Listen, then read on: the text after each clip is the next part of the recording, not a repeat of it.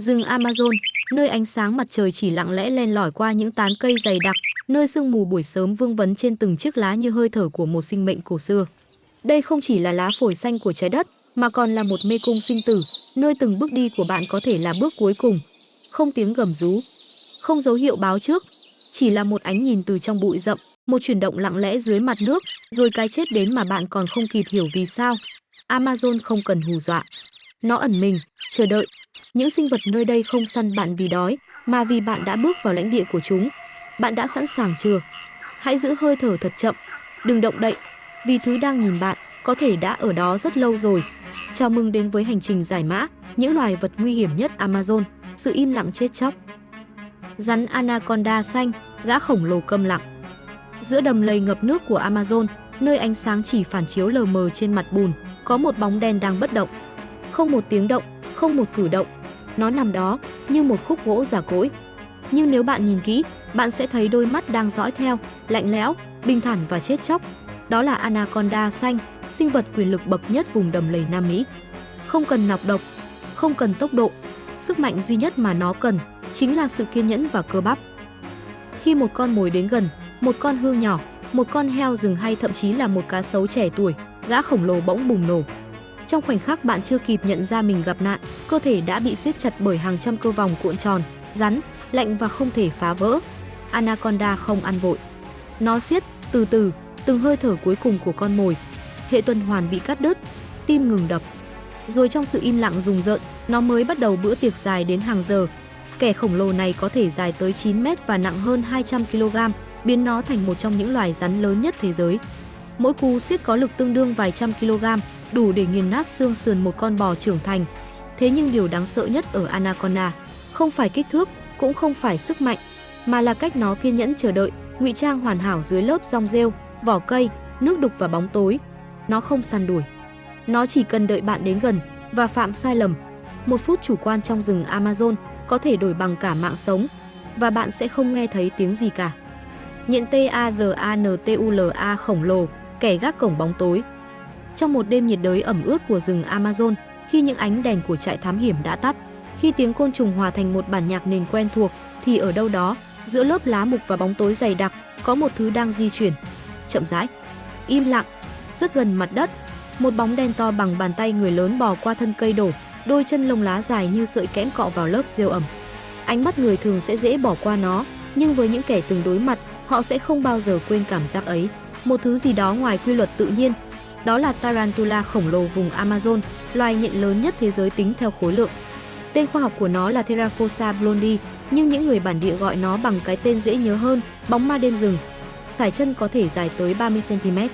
Mỗi chiếc chân là một cây kim nhỏ được phủ lông cảm giác. Và bên dưới lớp bụng to như quả cam là hai chiếc răng nanh dài hơn 2 cm, đủ lớn để xuyên qua da người và thậm chí là cả lớp vỏ mỏng của một con chuột. Tarantula không dệt lưới như những người anh em nhỏ bé của nó. Nó là kẻ săn mồi trong bóng tối. Khi phát hiện chuyển động, dù là một con dế, một con chim nhỏ hay cả một con chuột rừng, nó lao tới với tốc độ đáng kinh ngạc, tiêm một liều độc làm tê liệt thần kinh con mồi, rồi bắt đầu xơi bữa ăn sống. Thứ chất lỏng được tiêm vào không chỉ làm tê liệt mà còn hóa lỏng nội tạng con mồi. Tarantula không nhai. Nó uống bữa ăn của mình, từng chút một, từ cái xác đang mềm nhũn dần trong bóng đêm. Dù hiếm khi tấn công con người, nhưng chỉ cần bạn dẫm nhầm ổ của nó, hoặc đơn giản chỉ chiếu đèn vào lúc nó đang săn, thì đôi răng nanh kia có thể cắm thẳng vào chân bạn. Và điều cuối cùng bạn nghe thấy chỉ là tiếng lá khô xào xạc khi kẻ gác cổng quay lại vị trí của nó, đợi con mồi tiếp theo. Kiến viên đạn, cái đau tới mức muốn chết. Bạn đang bước chậm qua một bãi cỏ rừng, dày sũng nước, hơi thở nặng nhọc vì cái ẩm của Amazon. Bỗng một tiếng tách nhỏ vang lên, không đủ lớn để khiến bạn giật mình, nhưng chỉ vài giây sau, một luồng đau nhức kinh hoàng xuyên thẳng từ mắt cá chân lên đến tận óc. Cơ bắp co giật, tim đập dồn, và bạn ngã quỵ. Không rắn, không nhện, không thú săn mồi, chỉ là một con kiến nhỏ xíu, nhưng đó không phải kiến thường. Đó là kiến viên đạn, Paraponera clavata, loài kiến sở hữu vết cắn đau đớn nhất hành tinh. Tên gọi viên đạn không phải trò đùa. Những người từng trải nghiệm mô tả cảm giác như bị bắn bằng súng thật, như một cơn đau điện giật cháy thẳng vào dây thần kinh, kéo dài hàng giờ không dứt. Vết cắn của kiến viên đạn chứa poneratocin, một loại độc tố thần kinh cực mạnh. Nó không gây chết người, nhưng lại khiến toàn thân rơi vào trạng thái co giật, đổ mồ hôi, chóng mặt, thậm chí mất kiểm soát cơ thể trong hơn 12 tiếng đồng hồ. Con kiến chỉ dài khoảng 2,5 cm nhưng vóc dáng to lớn, màu đen bóng, đôi răng hàm như hai lưỡi dao và đặc biệt là tính cách hung hăng. Chỉ cần bạn đến gần tổ, cả đàn hàng trăm con sẽ lao ra, không ngại kích thước hay mùi hôi của con người. Chúng lao vào chiến đấu như những chiến binh cảm tử. Người bản địa Sate Magui của Brazil còn dùng kiến viên đạn trong một nghi lễ trưởng thành. Họ đeo găng tay đầy kiến để chúng cắn suốt 10 phút, chịu đựng hàng trăm cú đốt liên tiếp mà không được kêu đau. Họ tin rằng chỉ có ai vượt qua nỗi đau như bị hành hình mới xứng đáng làm đàn ông thực sự. Một con kiến, một vết cắn, một bài học sống còn. Amazon không giết bạn bằng móng vuốt, nó giết bằng chính những thứ nhỏ nhất. Candiru, bóng ma dưới nước. Amazon không chỉ đáng sợ trên cạn, dưới mặt nước đục ngầu tưởng như yên ả, là nơi trú ẩn của một trong những sinh vật khiến ngay cả thổ dân cũng khiếp sợ, cá Candiru. Sinh vật bé nhỏ được mệnh danh là bóng ma ký sinh của dòng sông. Candiru chỉ dài khoảng 2-3 cm, mảnh như que tăm, gần như trong suốt. Nhưng đừng để vẻ ngoài nhỏ bé ấy đánh lừa bạn. Khi bạn lội xuống sông, nếu sơ ý đi tiểu dưới nước, dòng nước ấm và mùi ammoniac sẽ là lời mời chết người. Trong tích tắc, con cá lao đến với tốc độ đáng sợ, chui thẳng vào niệu đạo, một trong những cơn ác mộng sinh học khủng khiếp nhất từng được ghi nhận. Một khi đã vào trong, nó mở ra những chiếc gai nhỏ như móc câu, bám chặt vào thành ống, khiến nạn nhân không thể kéo ra mà không gây tổn thương nghiêm trọng. Người ta gọi nó là vị bác sĩ phẫu thuật không thuốc mê, bởi một khi dính phải Candiru, cách duy nhất để sống sót là mổ khẩn cấp. Câu chuyện rùng rợn về Candiru từng bị xem là huyền thoại. Cho đến năm 1997, một trường hợp được ghi nhận mổ lấy Candiru ra khỏi cơ thể người đàn ông ở Brazil, khiến cả thế giới rùng mình. Nó không săn mồi để giết. Nó chỉ làm đúng bản năng, sống bám. Nhưng cách nó làm điều đó, âm thầm, chính xác và đau đớn đến tột cùng, đã biến Candiru thành một biểu tượng chết chóc trong lòng Amazon. Ếch độc phi tiêu, cái chết đến từ màu sắc. Khi ánh nắng xuyên qua tán cây rừng Amazon, nó chiếu xuống nền lá mục một vệt sáng lung linh như tranh vẽ. Và giữa khung cảnh ấy, bạn bắt gặp một sinh vật nhỏ bé với làn da rực rỡ, xanh lục, vàng chanh hoặc đỏ như máu. Trông nó giống như một viên ngọc biết nhảy, nhưng đừng dại mà đưa tay chạm vào. Bởi bạn đang đối diện với một trong những sinh vật độc nhất hành tinh, ếch độc phi tiêu, Dendrobatidae. Loài ếch này chỉ dài vài cm, nhỏ đến mức có thể nằm gọn trong lòng bàn tay. Nhưng làn da chúng chứa batrachotoxin, một trong những chất độc thần kinh mạnh nhất từng được con người biết đến. Chỉ 2 microgram, nhỏ hơn một hạt muối, cũng đủ để giết chết một người trưởng thành. Binh lính Tây Ban Nha thời thực dân từng kể rằng những chiến binh bản địa không cần mũi tên sắc. Chỉ cần một cái vuốt nhẹ đầu tên qua lưng con ếch, một mũi tên tẩm độc là đủ để hạ gục một con thú lớn, thậm chí là con người, trong vòng vài phút. Điều kỳ lạ là, ếch độc phi tiêu không tự sinh ra độc tố. Chúng hấp thụ từ chế độ ăn đặc biệt, chủ yếu là kiến và bọ độc trong rừng mưa Amazon. Khi bị nuôi nhốt hoặc thay đổi khẩu phần, độc tính biến mất. Nhưng trong tự nhiên, chúng là vũ khí sinh học hoàn hảo. Vẻ đẹp của chúng là lời cảnh báo.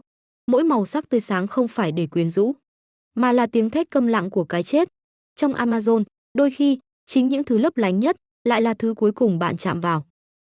Rơi hút máu, kẻ tối cao của bệnh tật. Khi màn đêm buông xuống Amazon, bầu trời bị nuốt chửng bởi một màu đen đặc quánh, rừng im ắng đến lạ kỳ. Nhưng đó không phải sự yên bình, mà là thời điểm của những kẻ săn đêm. Và trong bóng tối ấy, có một sinh vật nhỏ bé, gần như im lặng tuyệt đối, đang tìm kiếm nạn nhân. Rơi hút máu, Desmodus rotundus, loài động vật duy nhất trên trái đất sống nhờ máu. Không phải là truyền thuyết, không phải trong phim ma cà rồng. Đây là hiện thực trần trụi nơi rừng Amazon. Chúng không tấn công ào ạt, không cào xé con mồi. Chúng nhẹ nhàng đáp xuống lưng bò rừng, heo rừng, hoặc thậm chí là con người đang ngủ hớ hênh trong lán trại. Với răng nanh sắc như dao cạo và nước bọt chứa chất chống đông máu, chúng rạch một vết cắt nhỏ đến mức con mồi không hề cảm thấy gì, máu nhỏ giọt và rơi. Bắt đầu bữa tiệc, một con dơi chỉ cần vài thìa máu mỗi đêm, nhưng hậu quả thì khủng khiếp hơn thế. Dơi hút máu là vật trung gian lây truyền virus dại, sốt xuất huyết rừng và cả những chủng bệnh chưa được con người định danh.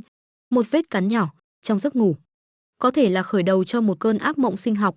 Trong những hang tối sâu nhất Amazon, nơi mùi khai nồng nặc bốc lên từ hàng ngàn cá thể, là nơi dịch bệnh có thể được thai nghén từ móng vuốt bé nhỏ nhất. Dơi hút máu không chỉ là biểu tượng của bóng tối, chúng là hóa thân thật sự của mối đe dọa vô hình, bệnh tật. Rắn san hô Amazon, sắc màu của cái chết.